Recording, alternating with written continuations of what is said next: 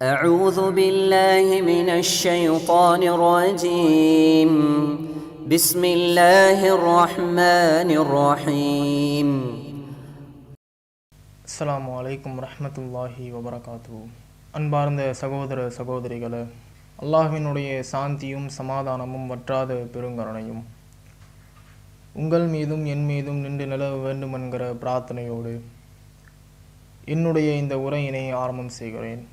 இறைவனால் பொருந்தப்பட்டு அவனுடைய தூதரால் எடுத்துரைக்கப்பட்ட இந்த ஏகத்துவ கொள்கையில் நாமெல்லாம் நம்முடைய வாழ்க்கையினை அழகிய முறையிலே கட்டமைத்திருக்கிறோம். இந்த ரமலான் மாதத்தை நாம் வருடம் வருடம் அடைந்து கொண்டிருக்கிறோம். அதிலே பல நன்மைகளை செய்து கொண்டிருக்கிறோம்.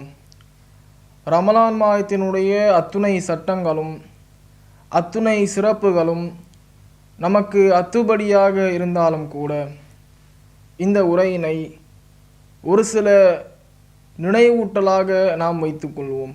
பொதுவாக இந்த இஸ்லாமிய ஜோதியை நாம் எடுத்துக்கொண்டோம் என்றால், இறைவன் அந்த மார்க்கத்திலே மனிதர்கள் கடைபிடிக்க வேண்டிய, தன்னுடைய மார்க்கத்திலே ஒரு மனிதன் இருக்கிறான் என்று சொன்னால் அவன் எந்தெந்த விஷயங்களை செய்ய வேண்டும், எந்தெந்த விஷயங்களை செய்யக்கூடாது, எதுவெல்லாம் தன்னுடைய வாழ்க்கையை அழகிய முறையிலே சீரமைக்கும் என்கிற அத்துணை கட்டளைகளையும் கட்டுப்பாடுகளையும் அந்த விஷயத்தை எல்லாம் செய்தே ஆக வேண்டும் என்று கட்டளையாக மட்டும் பிறப்பித்து விடாமல், அந்தந்த விஷயத்திற்கேற்ப அதனை சார்ந்த கிளைகளில் இறைவன் ஒரு சில கிளைகளை சிறப்பித்து கூறுகிறான். அந்த சிறப்பு அம்சங்களில் ஒன்றாகத்தான் இந்த ரமலான் மாதமும் திகழ்ந்து கொண்டிருக்கிறது. இந்த ரமலான் மாதத்தை பற்றி இறைவன் தன்னுடைய திருமறையிலே பேசுகிற பொழுது, ரமலான் மாதம் இருக்கிறதே, அந்த மாதத்தை நான் எதற்காக சிறப்பான மாதம் என்று கூறுகிறேன் தெரியுமா? ரமலான் மாதத்தை மாதங்களிலேயே மிக சிறந்த மாதம் என்று இறைவன் எதற்காக கூறுகிறேன் என்கிற ஒரு காரணத்தை பிறப்பிக்கின்றான். அல்லதி உன்சில ஃபீஹில் குர்ஆன், அந்த மாதத்திலே தான் மனிதனுக்கு நேர்வழி காட்டக்கூடிய, நன்மை தீமைகளை பிரித்து காட்டக்கூடிய, அவனுடைய வாழ்க்கையை சீரமைக்கக்கூடிய இந்த குர்ஆன், இந்த அருள்மறை வேதம் அருளப்பட்ட ஒரு மாதமாக இருக்கிறது. அதனால்தான் இந்த ரமலான் மாதம் மிகவும் சிறப்புமிக்க ஒரு மாதமாக கருதப்படுகிறது என்று இறைவன் தன்னுடைய திருமறையிலே அழகிய முறையில் மனிதனுடைய மனதில் ஆணித்தரமாக பதிய வைக்கும் விதத்திலே கூறுகிறான். இந்த மாதத்திலே ஒரு மனிதன் நன்மைகளை செய்தான் என்று சொன்னால் அந்த நன்மைகளுக்கு கணக்கிடப்படாத அளவில் பல மடங்கு கூலிகள் நம்முடைய ஏட்டிலே எழுதப்படக்கூடிய நிலை ஏற்படும். இந்த மாதத்திலே ஒரு மனிதன் நன்மைகளை செய்தான் என்று சொன்னால் நாளை மறுமையில் அவனுடைய நன்மை பட்டியல்கள் வாசிக்கப்படுகிற பொழுது அந்த நன்மைகளுக்கு அவன் எண்ணிடாத அளவிற்கு உண்டான கூலிகள், பல மடங்கு அதிகமான கூலிகள் அவனுடைய அந்த நன்மைக்கு தரப்படும் என்கிற ஒரு வீகத்திலே இந்த மாதத்தினுடைய சிறப்பை பற்றி இறைவன் கூறுகிறான். இந்த மாதத்தை இறைவன் அவ்வளவு சிறப்புப்படுத்தி கூறியது மட்டுமல்லாம அதிலே ஒரு சில நன்மைகளையும் கூறுகிறான். ஒரு முக்கிய நன்மை, ரமலான் மாதம்னு சொன்னா இந்த நன்மை இல்லாம கிடையாது. ரமலான் மாதத்தில் மனிதனுக்கு இறைவன் கட்டாய கடமையாக ஒரு விஷயத்தை வைத்திருக்கிறான். என்ன தெரியுமா? இறைவன் தன்னுடைய திருமறையிலே 2வது அத்தியாயத்தில் 183வது வசனத்திலே குறிப்பிடுகின்ற பொழுது, யா அய்யுவல்லதீன ஆமனோ, நம்பிக்கை கொண்டோரே, குதிப அலைக்குமு சியாம் கெமா குதிப அலல்லதீன மின் கபலிக்கும், உங்களுக்கு முன் சென்றோர் இருக்கிறாங்களா இல்லையா, அவர்களுக்கு இந்த நோன்பு எவ்வாறு கடமையாக்கப்பட்டதோ அதே போன்று உங்களுக்கும் இந்த நோன்பு கடமையாக்கப்பட்டதாகவே இருக்கிறது. உங்களுக்கு முன்னால் சென்றிருப்பாங்கள சமுதாயம், அந்த சமுதாயத்திற்கு நான் எவ்வாறு நோன்பினை கடமையாக்கி வைத்திருக்கிறேனோ அதே போன்றுதான் உங்களுடைய இந்த சமுதாயத்திற்கும் நோன்பினை நான் கடமையாக்குகிறேன். இறைவன் சொல்லக்கூடிய வார்த்தை. இந்த நோன்பிற்கு இறைவன் வைத்திருக்கக்கூடிய நன்மை என்ன தெரியுமா? நபிகளார் அவர்கள் கூறுகிறார்கள், புகாரியிலே 1901வது செய்தியாக பதியப்பட்டுள்ள செய்தி, மன்சாம ரமலான ஈமானன் வஹ்திசாபன், யார் இந்த ரமலான் மாதத்திலே ஈமானோடு தன்னுடைய இறையச்சத்தோடு நோன்பு நோக்கிறாரோ, குஃபிரலஹு மாத்த கத்தமமின் தன்பிஹி, அவருடைய பாவத்திலிருந்து முந்தைய பாவங்கள் எல்லாம் மன்னிக்கப்பட்டதாக இருக்கிறது. இறைவன் வைத்திருக்கக்கூடிய அந்த அழகான ஒரு அற்புதத்தை பாருங்க. ரமலான் மாதத்துல நோன்பு வைத்தேன்னு சொன்னா என்னுடைய பானத்தை எல்லாம் என்னுடைய உணவை எல்லாம் நான் தகர்த்து விட்டு இறைவனிற்காக நோன்பு நோற்றேன் என்று சொன்னால் நான் முந்தைய அறியாமல் செய்த பாவமும் அறிந்து செய்த பாவமும் மன்னிக்கப்படக்கூடியதாக இருக்கிறது. இறைவன் வைத்திருக்கிற ஒரு அருமையான நன்மை இந்த நோன்பிற்கு.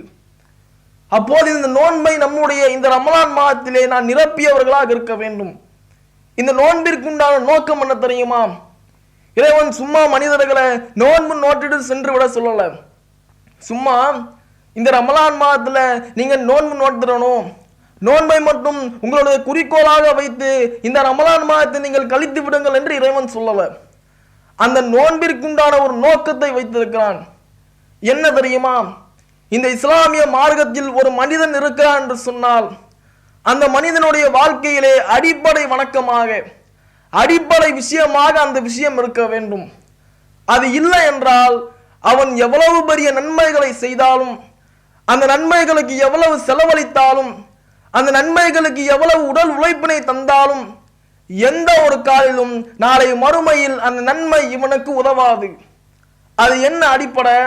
இறைவன் தன்னுடைய திருமறையிலே பேசுகிறான். யா அய்யுஹல்லதீன ஆமனூ, நம்பிக்கை கொண்டோரே, இத்தகுல்லா ஹக்க துகாத்திஹி வலா தமூதுன்ன இல்லா வ அன்தும் முஸ்லிமூன். இறைவனை அஞ்ச வேண்டிய விதத்திலே அஞ்சு கொள்ளுங்கள், முஸ்லிம்களாகவே தவிர நீங்கள் இந்த உலகத்தை விட்டு பிரிந்து விடாதீர்கள். இறைவன் சொல்லக்கூடிய அந்த அடிப்படை, இந்த நோன்பிற்கும் அந்த அடிப்படையை இறைவன் வைக்கிறான். அல்லக்கும் தத்தகும், நீங்கள் இறையச்சம் பெறக்கூடும். இறைவன் தன்னுடைய திருமறையிலே பல இடங்களில் இந்த அடிப்படை காரணத்தை பற்றி பேசுகிறான். யா அய்யுஹல்லதீன ஆமனுத்தகுல்லா, நம்பிக்கை கொண்டோரே இறைவனுக்கு அஞ்சிக் கொள்ளுங்கள். வபுத்தகு இலைஹி வசீலா, அவனிடத்திலே வசீலாவை தேடுங்கள். யா அய்யுஹல்லதீன ஆமனுத்தகுல்லா, நம்பிக்கை கொண்டோரே இறைவன் அஞ்சிக் கொள்ளுங்கள். வகூனு மா சாதிகீன், உண்மை பேசக்கூடியவர்களுடன் ஆகிக் கொள்ளுங்கள். யா அய்யுஹல்லதீன ஆமனு, நம்பிக்கை கொண்டோரே இத்தகுல்லா, அல்லாஹ்வை அஞ்சிக் கொள்ளுங்கள். ஆமினு பி ரசூலிஹி, அவனுடைய தூதரை கொண்டு நம்பிக்கை கொண்டு கொள்ளுங்கள். இது போன்ற வசனங்களை இறைவன் தன்னுடைய திருமறையில் பலதோற்பட்ட இடங்களிலே பேசுகிறான். காரணம் என்ன? இஸ்லாமிய மார்க்கத்திலே ஒருவன் தன்னுடைய வாழ்க்கையை கட்டமைத்திருக்கிறான் என்றால், தன்னுடைய வாழ்க்கையை அந்த இஸ்லாமிய போக்கிலே அமைத்திருக்கிறான் என்றால், அவனுடைய மனதிலே அடிப்படையாக விதைக்க வேண்டிய ஒரு விஷயம் இறையச்சம். இந்த இறையச்சம் இல்லாம ஒரு மனிதன் வாழுகிறானா? இறையச்சத்தை கூட சற்றளவு நினைத்து பார்க்காமல் தன்னுடைய வாழ்க்கையிலே இறைவன் நம்மை கேள்வி கேட்பான் என்கிற எந்த ஒரு அச்சமும் இல்லாமல் பிறர் பார்க்கிறார்கள், பிறர் மெச்சுகிறார்கள், பிறர் நம்மை பற்றி பேச வேண்டும், இந்த நற்காரியத்தை செய்யவில்லை என்றால் எதற்காக இதை செய்யவில்லை என்று மனிதர்கள் நம்மை கேள்வி எழுப்பிவிடக் கூடாது என்பதற்காக ஒருவன் செய்கிறானா? அந்த நன்மைகள் எல்லாம் நாளை மறுமையில் அவனுக்காக எந்த ஒரு பயனும் அளிக்காத ஒரு தூசியை போன்று ஆகிவிடும். இறையச்சம் இல்லனா என்னுடைய மனதிலே நான் இறைவன் சொல்லக்கூடிய அந்த அடிப்படை நோக்காக வைத்திருக்கிற இறையச்சத்தை நான் விதைக்கவில்லை என்றால் நாளை மறுமையில் நான் எவ்வளவு பெரிய நன்மைகளை செய்து கூட்டினாலும், எவ்வளவு பெரிய நன்மைகளை இறைவனுக்காக நான் வகுத்திருந்தாலும் அந்த நன்மைகள் எல்லாம் எந்த ஒரு காலும் எனக்கு பயனளிக்காத ஒன்றாக இருக்கும். நபிகள் நாயகம் ஸல்லல்லாஹு அலைஹி வஸல்லம் அவர்களுடைய காலத்திலே நடந்த ஒரு சம்பவம். ஹன்லலா என்று சொல்லக்கூடிய ஒரு தோழர் தன்னுடைய வீடுக்கு அருகாமையிலே வீதியிலே கத்திக்கொண்டே வருகிறார். குந்து கத்தாப், நான் பொய் வைக்கக்கூடியவனாக நயவஞ்சகனாகி விட்டேனே கத்திக்கொண்டே செல்லுகிறார். அபூபக்கர் ரலியல்லாஹு அன்ஹு அவர்கள் வெளியே வந்து ஹன்லலாவை அழைத்து கூறுகிறார்கள், உமக்கு என்ன ஆயிற்று? ஹன்லலாவே, உமக்கு என்ன நேர்ந்தது? ஹன்லலா ரலியல்லாஹு அன்ஹு அவரிடத்தில் கேட்கின்ற பொழுது அவர்கள் பதிலளிக்கிறார்கள், அபூபக்கர் அவர்களே, நாம் அல்லாஹ்வினுடைய தூதரோடு இருக்கின்ற பொழுது இறையச்சவாதிகளாக இருக்கிறோம், நன்மைகளை செய்கிறோம், தீமைகளை விட்டு தடுத்துக் கொள்ளுகிறோம், தான தர்மங்களை செய்கிறோம், விரைந்து செய்கிறோம், இதுவெல்லாம் இருக்கிறது நபிகளாரோடு இருக்கின்ற பொழுது. ஆனால் நம்மோடு குடும்பத்தாரோடு வந்ததற்கு பிறகு நம்முடைய நன்மைகள் எல்லாம் காணாமல் போகிறதே. குடும்பத்தாரோடு நம்முடைய நேரத்தை முழுமையாக கழித்துக் கொள்கிறோமே, நம்முடைய நன்மைகளை நாம் மறக்கக்கூடியவராக இருக்கிறோமே, இது நயவஞ்சகத்தன்மை இல்லையா? ரசூலுல்லாஹ் ஒரு மாதிரி நடந்துக்கிறது, வீட்டிற்கு வந்ததற்கு பிறகு அதுவெல்லாம் இல்லை என்று சொன்னால் இது நயவஞ்சக தன்மை இல்லையா? அபூபக்கர் ரலியல்லாஹு அன்ஹு அவரிடத்திலே முறையிடுகிறார். அபூபக்கருக்கு ஒரு யோசனை தோன்றுகிறது. நாமும் இதை போன்றுதான் இருக்கிறோம். ரசூலுல்லாஹ்விட்ட இருக்கிற பொழுது நன்மைகளை அதிகமாக செய்கிறோம், இறையச்சத்தை கட்டுக்கோப்பாக வைத்துக் கொள்கிறோம். நம்முடைய குடும்பத்தாரிடத்தில் வந்ததற்கு பிறகு அதுவெல்லாம் காணாமல் போகிவிடுகிறதே. இருவரும் நபிகளாரிடத்தில் போகிறார்கள், ஒரு தீர்ப்பை வாங்குகிறார்கள். அந்த மனிதருக்கு உண்டான பயத்தை பார்த்தீங்களா? ரசூலுல்லாஹ்வோடு இருக்கின்ற பொழுது நன்மையை செய்கிறேன், வணக்க வழிபாடுகளிலே அதிகமாக ஈடுபடுகிறேன், தர்ம நோக்கங்களை அதிகமாக செய்து கொண்டிருக்கிறேன். குடும்பத்தாரோடு வந்ததற்கு பிறகு அது காணாமல் போகிறதே. இறையச்சத்தினுடைய பயத்தை பார்க்கிறோம். இறையச்சம் என்பது ஒரு மனிதனுடைய வாழ்க்கையிற்கு எந்த அளவிற்கு அடிப்படை நோக்காக இருக்க வேண்டும், அந்த மனிதன் எவ்வளவு தன்னுடைய வாழ்க்கையிலே அதனை கடைபிடிக்க வேண்டும் என்பதற்கு ஒரு உதாரணத்தை இந்த சம்பவத்தின் மூலமாக நாம் எடுத்துக்கொள்ளலாம். அவ்வளவு பயம் இருக்கணும். இறையச்சம் இல்லாம ஒரு காரியத்தை செய்துட்டேனா, இறைவனுக்கு எந்த ஒரு அச்சமுமே இல்லாம ஒரு காரியத்தில் ஈடுபட்டு விட்டேனா, என்னுடைய வாழ்க்கையை பறிபோகும் அளவிற்கு நான் கவலையில் மீளக்கூடியவர்களாக இருக்க வேண்டும். இன்றைக்கு பாருங்க, பல பேரினுடைய நிலைகள், இறைவன் எதனையெல்லாம் ஹராமாக்கி இருக்கிறானோ, தன்னுடைய மார்க்கத்திலே இதையெல்லாம் கொண்டு வரக்கூடாது என்று எதனையெல்லாம் தடுத்து வீசி அடித்திருக்கிறானோ, அதனை எந்த ஒரு அச்சமும் இல்லாமல், எந்த ஒரு பயமும் இல்லாமல், இறைவனுடைய இறையச்சத்தை காக்காமல் அசாதாரணமாக சர்வசாதாரணமாக செய்து போகக்கூடிய நேரல்கள். அடிப்படை விஷயம் என்ன? உதாரணத்திற்கு வியாபாரத்தை எடுத்துக்கொள்ளலாம். நாம் தினந்தோறும் செய்யக்கூடிய வியாபாரம், நம்முடைய வாழ்வாதாரத்திற்கு ஒரு தூணாக இருக்கக்கூடிய வியாபாரம். அந்த வியாபாரத்திலே எவ்வளவு அநீதிக்கக்கூடிய செயல்கள் நடைபெறுகிறது எடுத்து பார்த்தோம்னு சொன்னா முற்றிலுமாக அநீதிக்குட்பட்டக்கூடிய காரியங்களாகத்தான் இருக்கிறது. இறைவன் கூறுகிறானே, நபிகளார் அவர்கள் பேசுகிறார்களே, எந்த ஒரு வியாபாரத்திலே விற்கக்கூடிய பொருளிலே இருக்கக்கூடிய குறை நிலைகளை எல்லாம் சொல்லிவிட்டு ஒருவர் விற்கிறாரா, உரிக்க தந்த வியாபாரத்திலே இறைவன் பரக்கத்தை வழங்கி விட்டான். பார்க்கிறோமா? இன்றைக்கு இருக்கக்கூடிய வியாபாரங்களை பாருங்க, எந்த அளவிற்கு உண்டான அநீதிலைக்குகளை இழைக்க முடியுமோ அவ்வளத்தையும் இழைக்கிறது. எதிரிலே உள்ளவர் அந்த பொருளை வாங்குகிறாரே, நாளை மறுமையிலே அதற்குண்டான கேள்வியை நாம் கேட்கப்படுவோமே, எந்த ஒரு அச்சமுமே இல்லாமல் சர்வ சாதாரணமாக அந்த விஷயத்தை கடந்து செல்லக்கூடிய நேரில். இந்த இறையச்சத்தை அமல்படுத்தக்கூடிய விதம் எப்படி தெரியுமா இருக்கணும்? இந்த ரமலான் மாதத்துல நான் சம்பாதித்த என்னுடைய உணவு, என்னுடைய உழைப்பால் கிடைத்த என்னுடைய பானம், இது இரண்டும் ரமலான் மாதத்திலே நோன்பு வைத்திருக்கக்கூடிய நிலையில் எனக்கு ஹராம். இந்த உலகத்துல யாருமே தடுக்க முடியாத, எந்த ஒரு மனிதனுமே கொஸ்டின் பண்ண முடியாத, கேள்வி கேட்க முடியாத ஒரு விஷயம்னா, நான் சம்பாதிச்சு நான் உண்றது, நான் சம்பாதித்து நான் பருகிறது, நான் சம்பாதித்து என்னுடைய தேவைகளை நான் பூர்த்தி செய்வது, இதை எந்த ஒரு மனிதனுமே கேள்வி கேட்க முடியாத ஒரு விஷயம். ஆனால் இறைவன் இந்த மாதத்தில் அதை தடுக்கிறான். நோன்பு வச்சிருக்கிறியா, நோன்பு கடைபிடிக்கிறியா, உனக்கு உன்னுடைய பானம் உன்னுடைய உணவு உனக்கு கிடையாது. நோன்பை திறந்ததற்கு பிறகு, நோன்பை முடித்ததற்கு பிறகு அதெல்லாம் மறுபடியும் ஹலால் ஆகுகிறதே. இதற்குண்டான காரணத்தை இறைவன் பேசுகிற பொழுது, இதற்குண்டான காரணம் என்ன தெரியுமா? இறைவன் எதற்காக கூறுகிறான் என்றால், மித்தமுள்ள ஒரு மாத காலம் என்னுடைய கட்டளையிற்குட்பட்டு ஹலாலான ஒரு விஷயத்தை உனக்காக நீ ஹராமாக்கினால, மீதம் இருக்கிற 11 மாதம் வா, அந்த 11 மாதத்திலே உனக்கு ஹராமான விஷயத்தை நான் எவ்வளவோ வைத்திருக்கிறேன், அதனை எல்லாம் ஹராமாக்கிக்கோ. எவ்வளவோ நன்மைகளை நான் வைத்திருக்கிறேன், அதனை எல்லாம் உன்னுடைய வாழ்க்கையிலே நீ அமல்படுத்து என்பதற்காகத்தான் இறைவன் இந்த நோன்பை வைத்திருக்கிறான். இந்த ரமலான் மாதத்திலே அதிகமான நன்மைகளையும் நான் கடைபிடிக்க வேண்டும். இந்த ரமலான் மாதத்துல அதிகமான நன்மைகளை நாம் கடைபிடிப்பதற்கு அதிகமான கடமைப்பட்டு இருக்கிறோம். நன்மைகள் என்பது ரமலான் மாதத்துல மட்டுமல்ல, ஏதோ ஒரே ஒரு மாதம் மட்டும் இறைவன் நமக்கு நன்மைகளை செய்ய சொல்லிட்டான், அந்த மாதங்களிற்கு அதிகமான நன்மைகள் இருக்கிறது என்று இறைவன் சொல்லிவிட்டானே, அதற்காக நாம் செய்துவிட்டு போவோம் என்று இந்த ஒரே ஒரு மாதத்தை மட்டும் குறிக்கோளாக வைக்க கூடாது. இந்த ஒரு மாதம் சிறந்த மாதம். சாதாரண நேரத்தில் செய்யக்கூடிய அந்த நன்மைகளை விட இந்த மாதத்திலே அந்த நன்மையை செய்தோம் என்றால் அதற்குண்டான சிறப்பே வேற, பல மடங்கு கூலிகள் கிடைக்கும். அந்த நன்மைகளுக்கு நாம் அதிகமான முக்கியத்துவங்களை கொடுக்க வேண்டும்.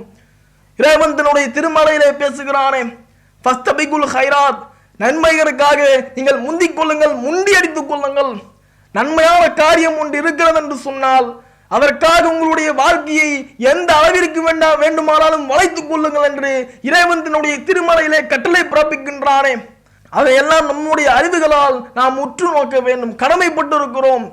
நன்மைகளை செய்வதற்கு இந்த உலகத்திலே அதிக கடமைப்பட்டவனாக மனித இனம் இருக்கிறது. அதற்காகத்தான் இறைவன் தன்னுடைய திருமறையிலே அழகிய முறையிலே பேசுகிறானே, வமா ஹலக்கத்துல் ஜின்ன வல் இன்ஸ இல்லா லியஅபுதூன், மனிதர்களையும் ஜின்களையும் என்னை வணங்குவதற்காகவே தவிர வேறு எதற்காகவும் படைக்கல. மனிதனை படைச்சிருக்கிறானா அவன் வணங்கணும். அவனுக்கு உண்டான வசதி வாய்ப்புகளை நான் ஏற்படுத்தி கொண்டிருக்கிறேனா என்னை வணங்குவதற்காகவே தவிர வேறு எதற்காகவும் அவனுக்கு நான் இவ்வளவு வசதி வாய்ப்புகளையும் இவ்வளவு வசதிகளையும் வழங்கவில்லை என்று இறைவன் தன்னுடைய திருமறையில் பேசுகிறான்.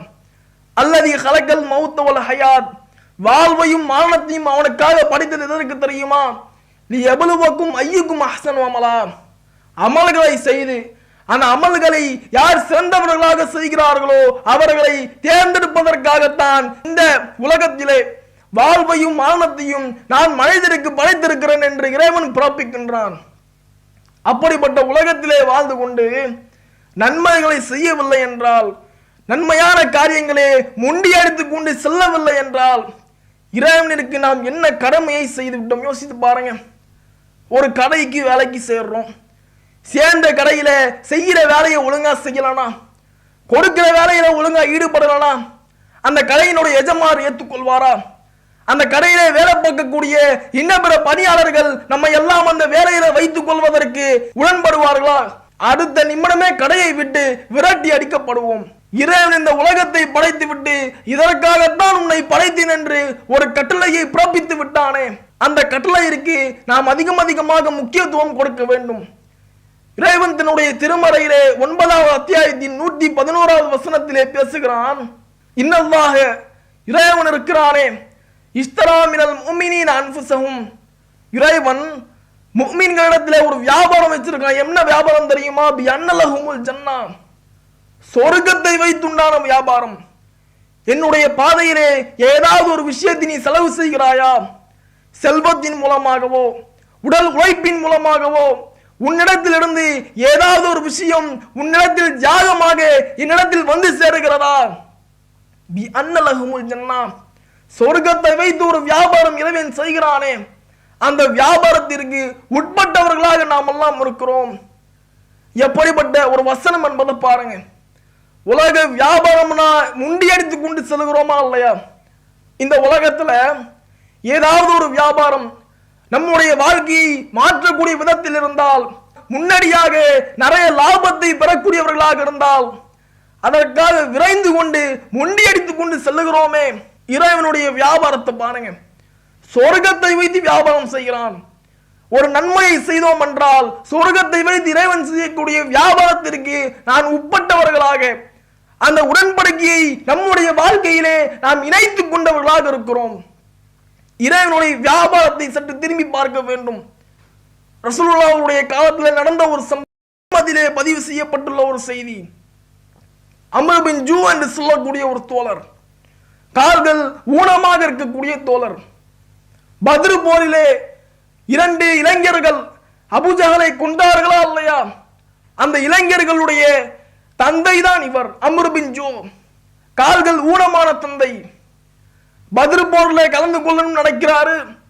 இறைவன் புறத்திலே எதையாவது நாம் கொடுத்து விட முடியாது என்று ஏங்கிக் கொண்டிருக்கிறார். கலந்து கொள்ள முடியல, உடல் ரீதியான விஷயங்கள் தடுத்து விடுகிறது.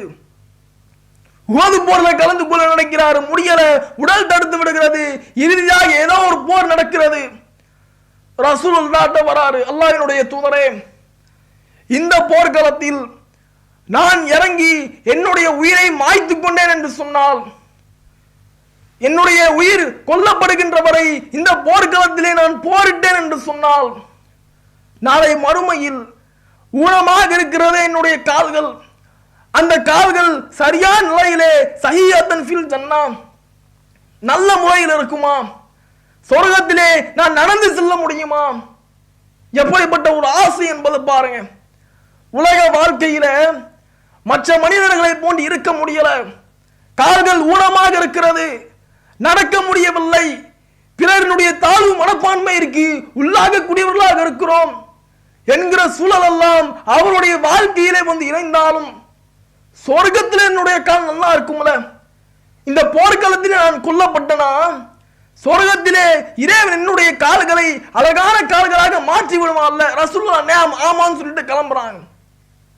உடனடியா களத்திலே குதிக்கிறார், போர்க்களத்திலே போர் செய்கிறார். ஊனக்காலோடு போர் செய்து இறுதியாக கொல்லப்படுகிறார். அந்த மனிதனுடைய சரணத்தை பார்த்து நபிகளார் கூறுகிறார்கள், இந்த அம்ர் பின் ஜூ இருக்கிறார்களே, இவருடைய நிலை நாளை மறுமையிலே சொர்க்கத்திலே எப்படி இருக்கிறது தெரியுமா? இவருடைய இரு கால்களும் சஹீஹத்தன் ஃபில் ஜன்னா, மறுமையிலே நல்ல முறையில் நன்றாக நடக்கக்கூடிய நிலையில் இருக்கிறது. நான் அவரை நேருக்கு நேராக சொர்க்கத்தில் பார்த்து கொண்டிருக்கிறேன் ரசூலுல்லாஹ் சொல்றாங்க. எப்படிப்பட்ட ஒரு அருமையான அர்ப்பணிப்பு என்பதை பாருங்க. இஸ்லாமிய மார்க்கத்துல இறைவனுடைய புறத்திலே எதையாவது கொடுக்க வேண்டும் என்பதற்கு உயிரையே கொடுப்பதற்கு துணிந்தார்களா இல்லையா? எவ்வளவோ செல்வங்களை சம்பாதிக்கின்றோமே, அந்த செல்வங்களை எல்லாம் நம்முடைய உறவினர்களுக்கு தர்மமாக கொடுத்து விடலாமே, ஏழைகளுக்கு தர்மமாக கொடுத்து விடலாமே. இறைவன் தன்னுடைய திருமறையில் பேசுகிறானே, வல்லதீன யுமினூன், நம்பிக்கை கொண்டோர் என்றால் அவர்கள் யார் தெரியுமா?